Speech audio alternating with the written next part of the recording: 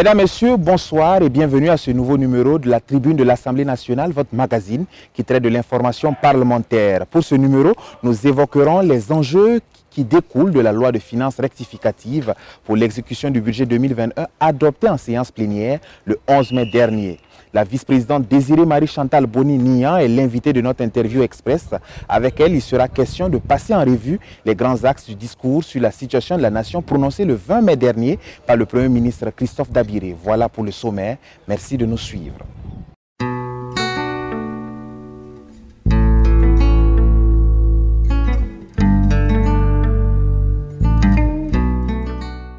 Les députés ont donné leur quitus au gouvernement le 15 avril dernier pour la ratification de 3 projets de loi qui visent à financer la lutte contre la COVID-19. L'adoption de ces textes de loi va permettre au gouvernement de mobiliser plus de 38 milliards de francs CFA afin d'atténuer l'impact socio-économique de la pandémie au Burkina, de renforcer la capacité de prévention et de prise en charge de la maladie. Des précisions avec Innocent Darankoum et Marie-Chantal Kaboré. Au cours de cette séance plénière, les députés ont examiné 3 projets de loi. Ces textes de loi, qui vont mobiliser plus de 38 milliards de francs CFA, permettront d'atténuer l'impact socio-économique de la pandémie au Burkina Faso, de renforcer la capacité de prévention, de détection et de prise en charge des cas de COVID-19 et de renforcer les compétences du personnel et le système de santé. Venu défendre ces 10 dossiers à l'hémicycle, le ministre de la Santé Charlemagne Ouédraogo a précisé que la vaccination contre la COVID-19 sera volontaire et concernera a priori les personnes vulnérables. À l'issue de l'approbation des commissions saisies au fond et celles saisies pour avis, suivi des débats, les députés de la majorité ont donné leur quitus au présent texte de loi. C'est une question d'ordre mondial. Et comme l'ensemble des pays prennent des mesures pour pouvoir parer à ce qui est déjà arrivé, tel que le côté économique et autres, notre pays aussi veut aller dans ce sens-là, afin de pouvoir limiter les difficultés qui sont déjà là. Il en est de même pour les députés de l'opposition. Les députés de l'opposition, quand même, nous avons souvent des prix de parti. Mais aujourd'hui, c'est une question de santé, c'est une question nationale, c'est une question quand même de vie et de mort. Nous ne pouvons pas empêcher le gouvernement, dans des situations urgentes, de lever des financements pour parer aux urgences. Nous avons des masses financières importantes, 40 milliards d'emprunts sur plus de 20 ans, qui nous engagent, qui engagent nos enfants, qui engageront peut-être nos petits-enfants. Il faudrait que le gouvernement nous dise qu'est-ce qu'il fait avec cet argent, dans le moindre détail. Même s'il lui permet par une ordonnance de pouvoir lever ses financements, dans la ratification, il faut une certaine transparence. C'est à l'unanimité des 123 votants du jour que ces 3 projets de loi ont été adoptés. À l'initiative de l'Assemblée nationale, s'est tenu au mois d'avril dernier à Bobo-Dioulasso dans les Hauts-Bassins un atelier de formation sur le travail parlementaire. D'importantes recommandations qui devront permettre aux députés membres de la CAJDH, la commission des lois, d'assumer convenablement leur mission constitutionnelle ont sanctionné les travaux de cette rencontre. Le point avec Idrissa Warga et Anna-Lucie Tapsoba. 60 à 70% des projets de loi qui sont soumis à la sanction de la représentation nationale pendant la première session ordinaire de l'année sont tout d'abord examinés au fond par la CAJDH, la Commission des affaires générales, institutionnelles et des droits humains. C'est l'avis de l'expert Seydou Koulibaly, conseiller de cette commission. Appuyés par l'assistant parlementaire, affecté également à la CAJDH, ils ont animé la session de formation sur le travail parlementaire. Une rencontre qui leur a permis de passer au pays fin l'organisation et le fonctionnement de la commission, la logistique et la procédure législative. C'est cette procédure-là qui donne la voie à suivre pour soit examiner et adopter un projet ou une proposition de texte. Et c'est cette procédure législative-là qui permet aux députés, si besoin est, d'être lui-même acteur en proposant un texte. Les différents exposés ont été ponctués par de nombreuses questions, suggestions et recommandations qui vont améliorer l'examen des textes de loi à la grande satisfaction des organisateurs de l'atelier et des participants. On a beaucoup appris et nous pensons que cela va se ressentir dans les jours, semaines et mois à venir dans le cadre de notre travail au niveau de la KJDH. Cet atelier de formation a été très bénéfique. Parmi les 17 membres, je pense qu'il y a eu 16 présents. Et tout le monde a suivi la formation. C'était ponctuel, assidu au travail et l'ambiance y était. Le président de la commission des lois est d'autant satisfait que des passages à Bobo Dioulasso pour Manfoura, le président de l'Assemblée nationale, Alassane Bala Sakandé, les a félicités pour le travail abattu. Des ressortissants de la ville de Bobo-Dioulasso souhaitent que les députés soient plus proches du peuple. C'est ce qui ressort d'un micro-trottoir réalisé par une de nos équipes dans la cité de Sia.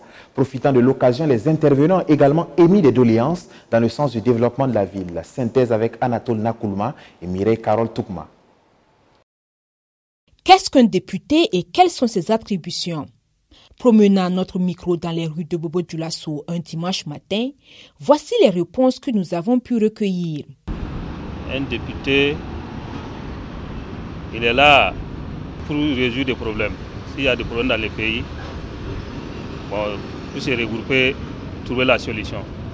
Ce que j'ai compris, que c'est eux qui représentent la population au niveau de l'Assemblée. Comme la population ne peut pas se faire entendre, je crois que c'est une forme de délégation de pouvoir afin de défendre les intérêts des différentes masses, notamment voter les lois.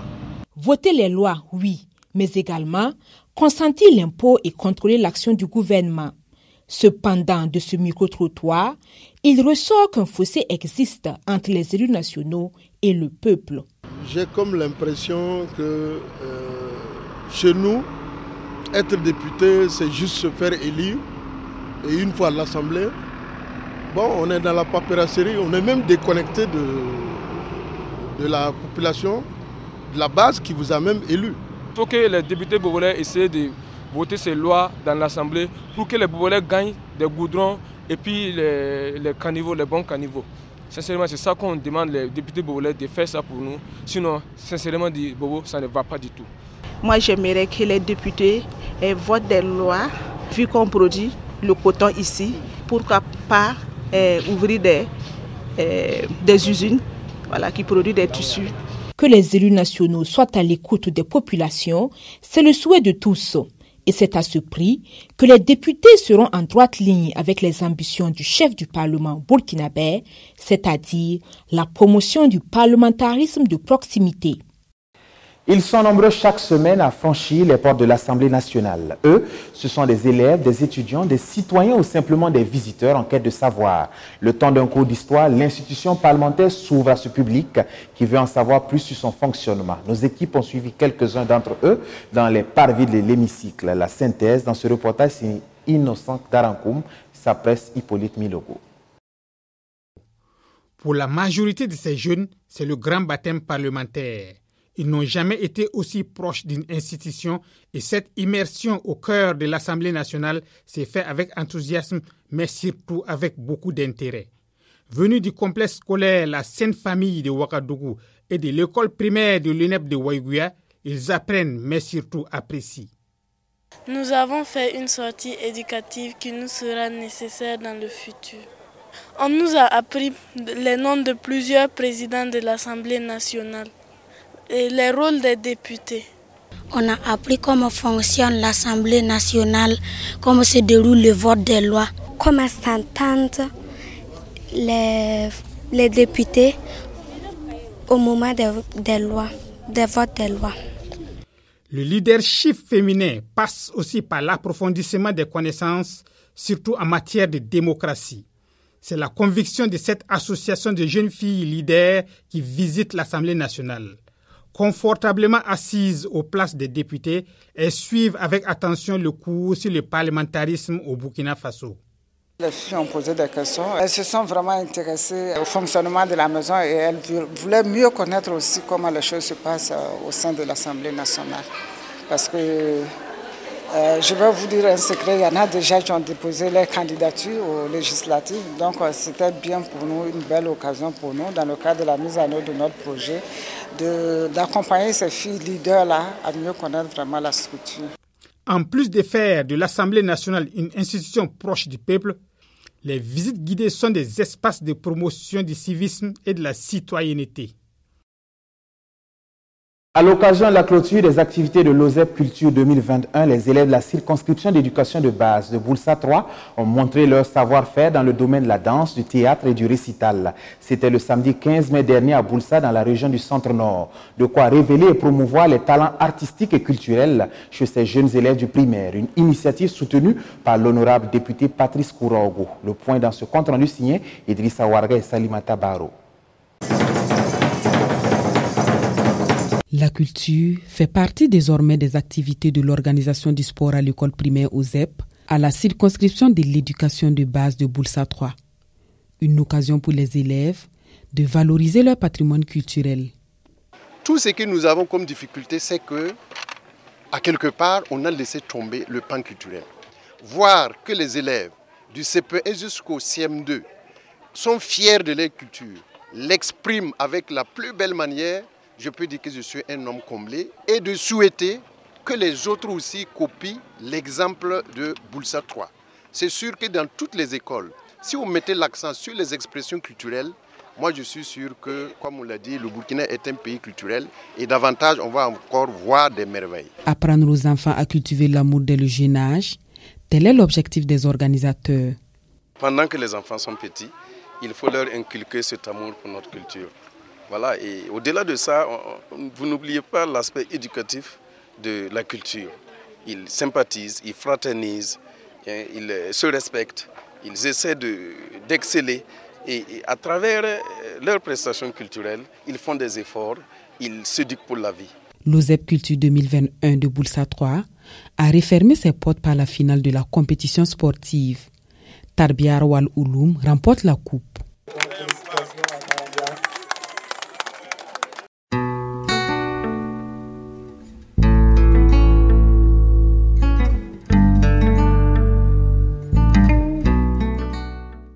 Le Premier ministre Christophe Dabiré a sacrifié ce jeudi 20 mai à un exercice constitutionnel en prononçant son discours sur la situation de la nation devant les élus nationaux. Après cet exercice et vu l'intérêt porté par les parlementaires sur la prestation du Premier ministre, nous consacrons notre entretien du jour à la vice-présidente Désirée Marie-Chantal Bonignan qui revient sur cette journée. L'entretien est mené par notre journaliste Raïssa Kompaoré. Honorable, bonsoir. Bonsoir, madame. Vous qui avez suivi avec attention l'exposé du Premier ministre, que retenez-vous des points essentiels qu'il a énoncés? Son Excellence, Monsieur le Premier ministre Dabiré, a passé en revue l'état de la nation. Et sans complaisance, parce que je me souviens qu'il a d'abord rendu hommage à toutes les personnes qui ont contribué et qui contribuent à la lutte contre l'insécurité qui malheureusement connaît une recrudescence.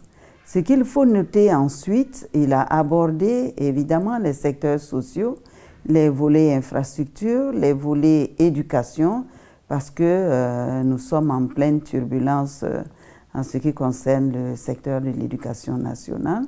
Le secteur de la santé également a été passé en revue, mais au-delà, il nous a fait quand même le point de l'exécution du PNDS, et c'est ce que referme cet exercice-là. Faire l'état, la situation de la nation, d'où venons-nous, où en sommes-nous et quelles sont les perspectives. Au terme de l'exposé, quelles sont les préoccupations qui ont été portées par les députés à son Excellence, Monsieur le Premier ministre? Notre président du Parlement a exhorté les députés à être des parlementaires de proximité. Nous n'avons fait que rendre à son Excellence, Monsieur le Premier ministre, reconnaître ce qui a été fait et porter les préoccupations qui sont de toute nature. Ça porte sur les infrastructures, l'inaccessibilité de certaines contrées. Ça porte également sur le volet éducation. Ça porte également sur le volet santé. Il y a le problème de l'eau qui s'est invité. Et bien sûr, la question, de mon point de vue cardinal, qui est la sécurité. Le chef du gouvernement a effectivement apporté des réponses aux questions des députés, mais vous personnellement, est-ce que vous avez été convaincu par ces réponses-là? J'ai été vraiment séduite par les éléments de réponse du Premier ministre parce qu'il est allé sans langue de bois. Vous avez vu, il a bâti son argumentaire sur 5 points. La présentation de son discours et ensuite les insuffisances qui ont été relevées. Et sans détour, il a donné des instructions dans ce sens. Il a également appelé à l'union sacrée des filles et des fils de ce pays-là pour venir à bout de l'insécurité. Que représente cet exercice pour les députés et plus généralement pour les Burkinabés? L'exécutif a un mandat et les parlementaires aussi ont un mandat. Et nous sommes tous redevables du peuple burkinabé. Moi, je pense que c'est l'intérêt de cet exercice, être à un même niveau d'information, apporter des correctifs, rassurer et porter aussi à l'attention des populations que nous ne dormons pas sur nos lauriers et qu'il y a un suivi quand même qui se fait. Nous vous remercions pour ce temps que vous nous avez accordé. Nous vous souhaitons une bonne suite. Merci, honorable. Merci, madame.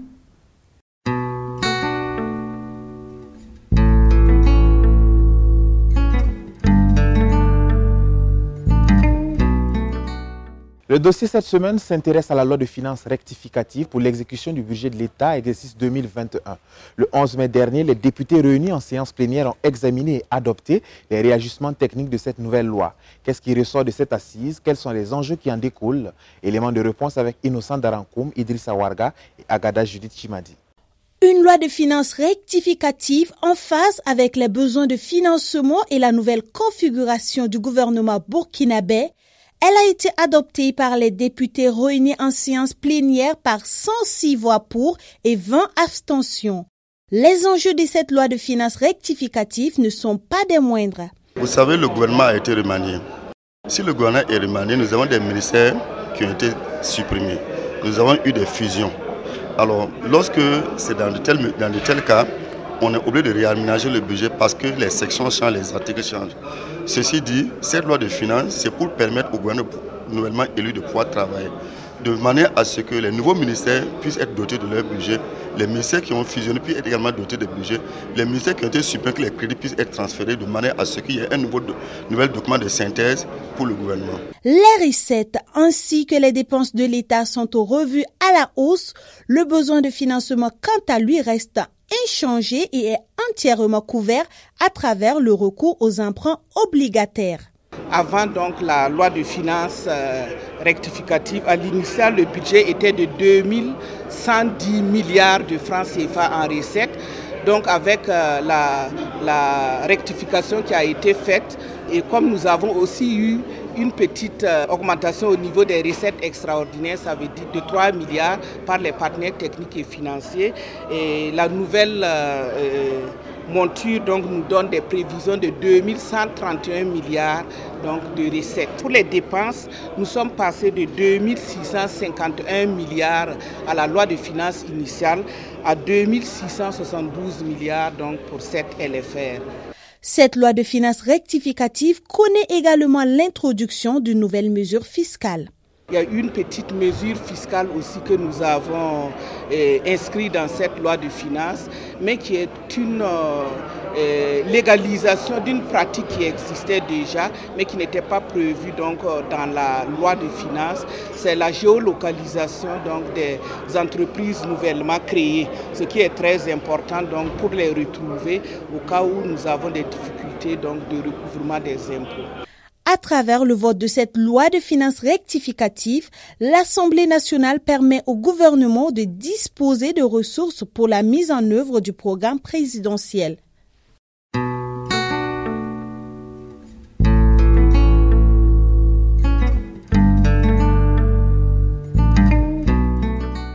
Le vocat parlementaire s'intéresse aujourd'hui aux différentes étapes de la procédure législative.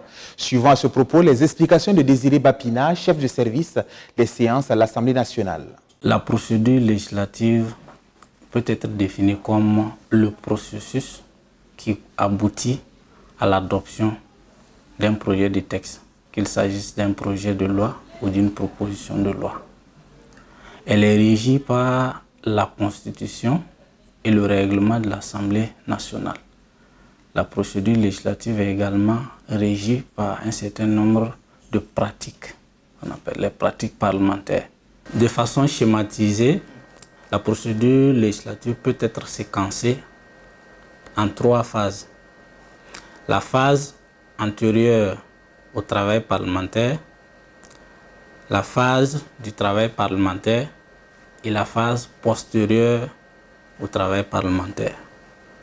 Pour la phase antérieure au travail parlementaire, il faut dire qu'elle est réservée à l'élaboration du projet de texte, qu'il s'agisse d'une proposition de loi, d'une pétition populaire ou d'un projet de loi.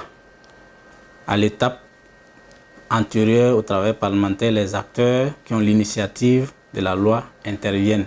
Ils préparent leur projet de texte. Le projet de loi est transmis au Conseil des ministres qui l'examine, qui délibère sur le projet de loi et l'adopte. À partir de l'étape du Conseil des ministres, le projet de loi, le Conseil des ministres autorise la transmission du projet de loi à l'Assemblée nationale. La deuxième phase de la procédure législative consacrée au travail parlementaire peut être concentrée en quelques étapes. Il y a l'étape de la conférence des présidents qui enrôle les dossiers que le gouvernement a demandé d'inscrire à l'ordre du jour d'une session. Il y a ensuite l'étape du travail en commission.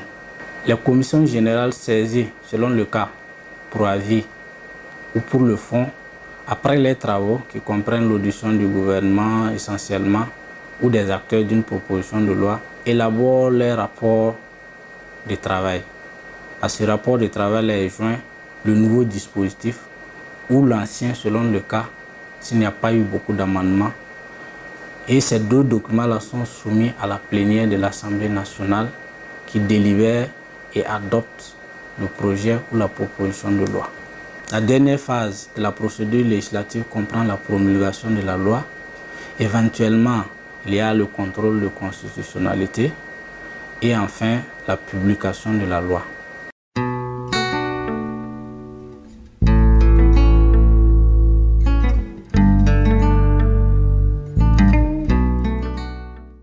L'agenda cette semaine à l'Assemblée nationale est marqué par un seul événement. Il s'agit de la clôture de la première session ordinaire de l'année prévue pour ce vendredi 28 mai 2021.